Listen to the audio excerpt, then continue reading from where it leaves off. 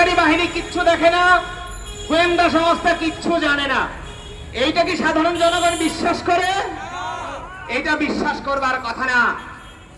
বিরোধী দলের নেতা কর্মীদের পিছনে গোয়েন্দা সংস্থা যেভাবে লাগিয়ে রাখা হয়, আইন শৃঙ্খলা বাহিনী যেভাবে লাগিয়ে রাখা হয়, তারা ডান থেকে মাথা ঘুরিয়ে বামে তাকালেও আইন শৃঙ্খলা রক্ষাকারী বাহিনী জানে, এই গোয়েন্দা সংস্থারা জানে।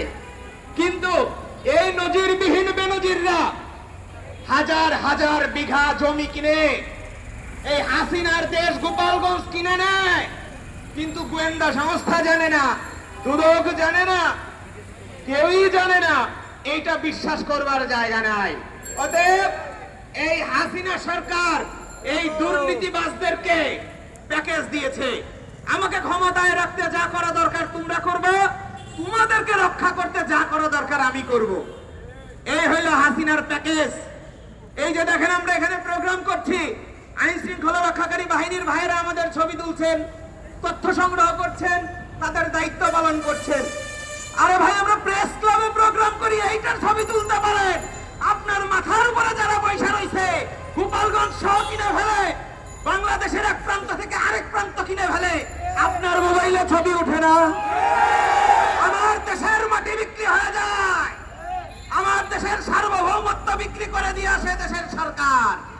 এই গোয়েন্দা সংস্থা কি করে? এই আইন শৃঙ্খলা রক্ষাকারী বাহিনী কি করে? এই জনগণের ট্যাক্সের টাকা এদেরকে পোষা হয় কেন? যাতে করে তারা এয়ারপোর্ট নিরাপদে পানি দিতে পারে।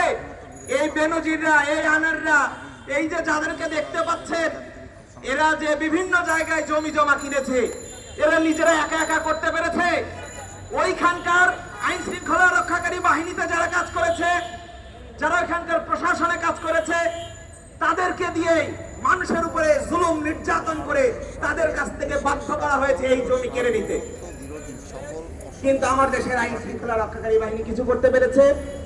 এই চুরেরা দেশ ছেড়ে চলে গেছে, কিছু করতে পেরেছে? এরা কিছুই করবে না। ওই যে শুরুতে যেটা বলেছি, এইটা হাসিনা সরকারের প্যাকেজ। যে হাসিনা সরকারকে ক্ষমতায় রাখতে যা করা দরকার এরা করবে, আর হাসিনা সরকার এদেরকে রক্ষা করার জন্য যা করা দরকার করবে। অতএব আমাদেরকে প্রস্তুত নিতে হবে, আমাদেরকে প্রস্তুত হতে হবে।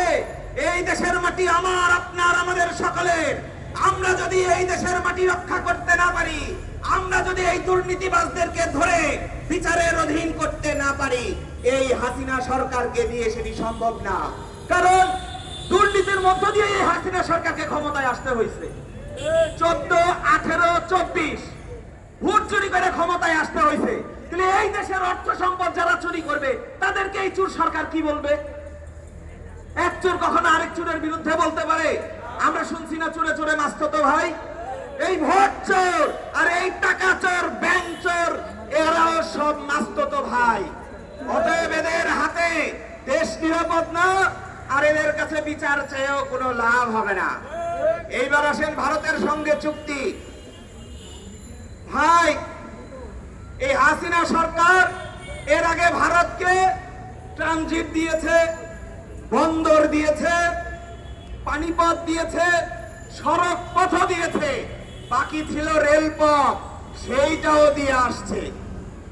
এর আগে হাসিনা বেগম বলেছেন যে যা ভারতকে দিছি ভারত সারা জীবন মনে রাখতে হবে। এত কিছু দেওয়ার পরেও আপনাকে রেল দিয়ে আসতে হয়েছে, অথচ এই নেপাল, এই ভুটানে যাওয়ার জন্য মাত্র 18 কিলোমিটারের ট্রানজিট আনতে পারেন নাই। আনবেন কিভাবে? আপনি তো দেওয়ার মাধ্যমেই ক্ষমতায় আছেন, আগামীতে কি দিয়ে ক্ষমতায় রাখবেন? দেশে আর অবশিষ্ট কি রেখেছেন সেটাই বড় প্রশ্ন। অতএব আমাদেরকে সিদ্ধান্ত নিতে হবে, এই দেশ বিরোধী চুক্তি, এই অসম চুক্তির বিরুদ্ধে আমরা কথা বলবো কিনা।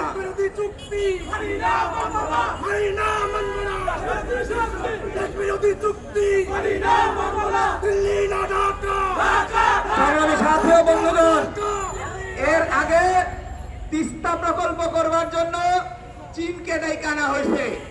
আরে ভাই, যেখানে আপনি তিস্তার প্রকল্প করবেন, এটা ভাটির নদী, উজানে রয়েছে নদী উজান থেকে যদি পানি না ছাড়ে, ভাটির দেশে আপনি ব্যারেজ করে কোনো লাভ হবে?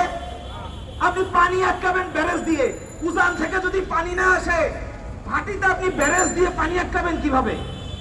অতএব আগে আপনার পানি নিশ্চিত করতে হবে। যেখানে